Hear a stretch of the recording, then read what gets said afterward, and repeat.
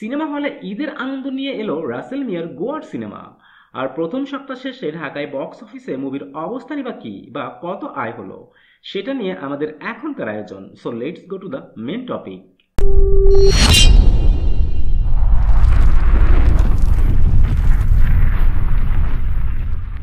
Director Rakibul Alam Rakib পরিচালিত রাসেল মিয়া, জলি ও হেলেনা জাহাঙ্গীর অভিনীত সিনেমা গোয়ার ঢাকায় বক্স অফিসে প্রথম সপ্তাহটা বেশ ভালোভাবেই পার করে ফেলল। মুভি নিয়ে যতই নেতিবাচক কথাবার্তা হোক না কেন, কুরবানি ঈদের পর দেশীয় বক্স অফিসে সব থেকে ভালো আয়ের সিনেমা এখন রাসেল মিয়ার গোয়ার। আর এটা আপনাকে মানতেই হবে।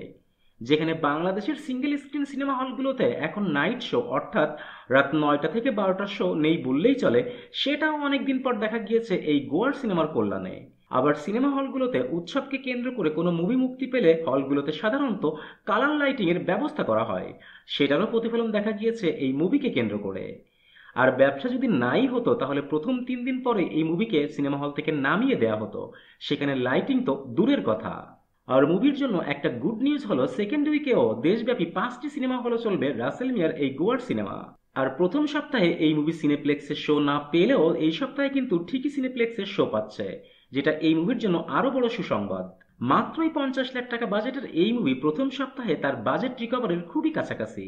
আর মুভির যে ট্রেন্ড সেটা যদি সেকেন্ড উইকে কন্টিনিউ থাকে, তাহলে নেক্সট 3 দিনের মধ্যে এই মুভির নামের পাশে যুক্ত হয়ে যাবে হিট তকমাটাও।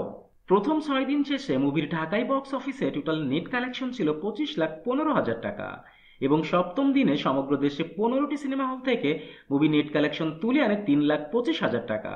এবং 7 দিন বা প্রথম সপ্তাহ শেষে দেশীয় বক্স অফিসে নায়ক রাসেল মিয়ার গোয়ারে টোটাল নেট কালেকশন গিয়ে দাঁড়িয়েছে 28,40,000 টাকা।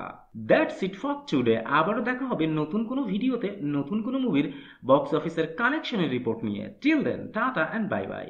আর হ্যাঁ, প্লিজ সাবস্ক্রাইব করতে ভুলবেন না কিন্তু।